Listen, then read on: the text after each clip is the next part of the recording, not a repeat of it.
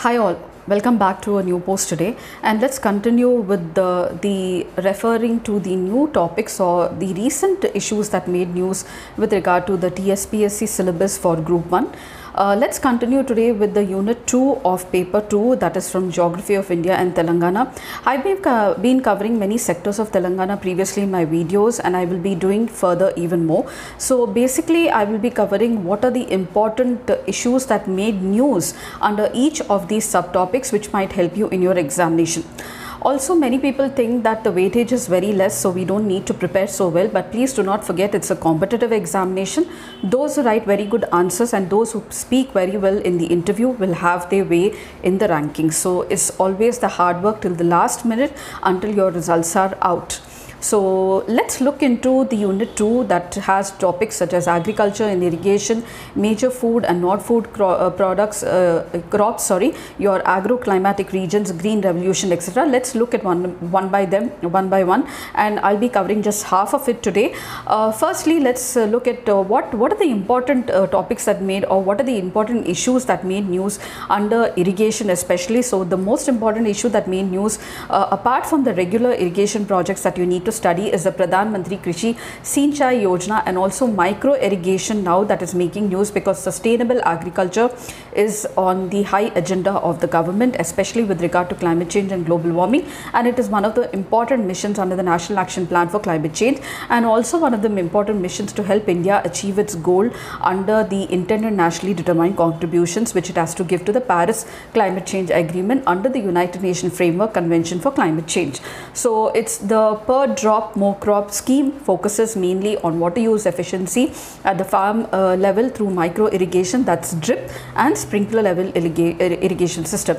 The next is the National Water Mission for increasing the use of water use efficiency in the agriculture sector, launched the Sahi Fasal campaign in 2019 to nudge the farmers in the water stressed area to grow crops which are not water demanding and intensive but very water efficient. So these are the issues that made news in irrigation especially, and recent irrigation projects especially that have been taken up by the government of India. And next comes the major food and non-food crops. So we know what are the food and non-food crops. You need to study about their conditions of growth and where they are grown in the country as well, and also with regard to Telangana specifically. But recently the issue that made news with regard to this was the second advance estimates was released for the year 2022 and 23 by the Ministry of Agriculture and Farmers Welfare. Now this was hailed because there has been a very high range of production in the food sector especially of India, and India is not only gaining self-sufficiency but now it is becoming a major export destination with regard to agriculture products as well.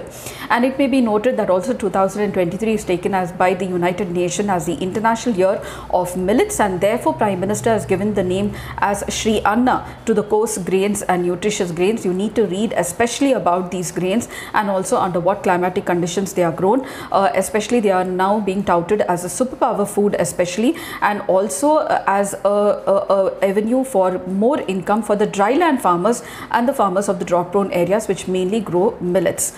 Agroclimatic regions, as usual that you have, it's a static subject, so you're not much in this, but definitely yes, the major crops grown in the agroclimatic regions will be of much importance. Many people think that there is no need for doing so much of hard work with regard to these topics in TSPSC, but as I told you, now the TSPSC and the ABPSC examination is also becoming on level to your UPSC examination, because they know that the people who prepare for UPSC go on to write the TSPSC and ABPSC as well, to bring a level especially for those who do not prepare for UPSC but only for TSPSC. Definitely the paper is being brought on par, and it is very important for you to keep in tune with the current happenings of these subjects. It is of no loss, because when you go to the interview and if you're asked such questions and when you answer well, definitely you have an edge above others. If you look at the agriculture trends now recently in agriculture, recently there was IFFCO that launched the nano fertilizers, especially with the urea and DAP. Ministry of Cooperatives that was being discussed. Prime Minister also had the target of making crores of farmers of the country prosperous to the vision of Sahakar Se Samriddhi by forming the Ministry of Cooperation. The new green revolution revolution is being now spoken about. We already had a green revolution, second green revolution, which looks at sustainable agriculture, green revolution in the northeast, where the areas that were not covered in the first green revolution, and now Prime Minister Narendra Modi has been spoken about new green revolution with 3 goals. That is, first, becoming self-reliant in production in all the food grains, that is wheat, rice, pulses and oilseeds. Second, to increase the yield per acre for the farmer and to conserve the land by promoting natural farming. Third, by bringing prosperity to the farmer's house by exporting natural agriculture products to the markets around the world, becoming a part of the global supply chain. Bringing green revolution to eastern India is another important program, and it is a sub-scheme of the Rashtriya Krishi Vikas Yojana, which was launched in 2010 and 11 and is being implemented in 7 eastern states, namely Assam, Bihar, Chhattisgarh, Jharkhand, Odisha, eastern Uttar Pradesh and West Bengal. Sustainable and climate resilient agriculture and what are the steps taken to achieve this is another most important topic. Organic agriculture is another important one.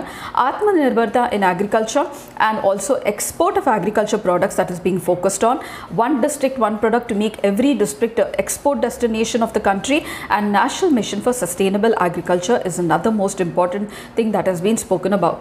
Next is the major industries coming on to iron and steel, cotton, cement, sugar, automobiles, IT, food processing and the localization factors. If you look at the major issues that made news in the iron and steel sector, is number one, that the recent estimates show that India is the largest crude steel producer in the world, and we have a production link incentive scheme for the steel sector. The steel sector is focusing now on decarbonization to achieve the net zero emissions by 2070.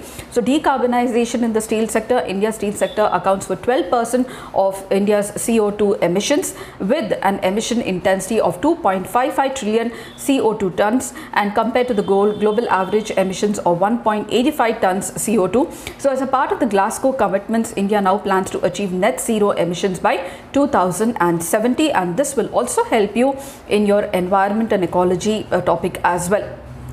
Coming on to the cotton textile, the major schemes that were once again textile is also under the production link scheme. There are many PM Mitra integrated textile manufacturing apparel parks. They are being set up, and only few states have been got the parks in the first round.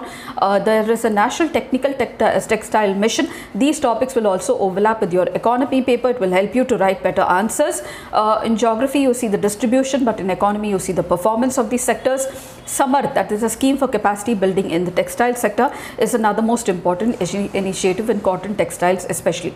Sugar, coming to sugar, India emerged now as the world's largest producer, consumer and the world's second largest exporter of sugar, but recently there has been a write-up that how sustainable is the sugar production because of the fair price that is being given by the central government and the state government to the sugar mills. So the farmers of the sugar sector get an assured price. Because of this, many farmers are now going towards the sugar production, and excess of sugar is being taken up for ethanol blended petrol program, and because of that there is a lot. But sugar is a water guzzling crop. It is dwindling the groundwater resources, especially in North India, which is not suitable, but because of the very good irrigation potential groundwater resources, they are growing a lot of sugarcane. There was a recent write-up how sustainable the sugar production in India is and how long should we continue, and how more areas are coming under sugar because of the policies of the government. The other most important thing in the sugar sector is the ethanol blended program, also the objectives of the government. Now again, this will help you in your science and technology and ecology and environment paper as well. Looking at automobiles, now India is one of the largest tractors and two-wheeler manufacturers with an aim to double its automobile size to 15 lakh crore by 2024, and this is the objective of the government of India. In terms of global ranking of manufacturing output, it is the second largest two-wheeler manufacturing country, 7th largest in commercial vehicle, 6th largest in passenger vehicle and the largest in tractors. So if you come to the IT sector, the major scheme that was making news as of recently with regard to IT is especially the Software Technology Parks of India scheme. You have the Special Economic Zones Act that was being brought in changes to be very favorable to the IT sector. National Policy on Software Products, we have the National Policy on Software Products of 2019, 2019. Moving on to the food processing sector. So we have a production linked sector. The food processing sector is being touted as a sunrise sector. A lot of potential and growing opportunities, especially with the burgeoning agriculture sector in India. You have the production linked incentive scheme for the food processing industry. The central sector scheme called as the Pradhan Mantri Sampada Yojana, and Operation Greens under the Pradhan Mantri Kisan Sampada Yojana for tomatoes, onions and potato. And you have the central sector scheme named as the Prime Minister Formalization of Micro Food Processing Enterprises scheme. So these are the important issues that made news in food processing sector. I'm sure that this will help you. And last, my topic for now is your industrial corridors. So Government of India is implementing the 11 industrial corridor projects. You can always map this industrial corridors with your industry and your economy paper as well.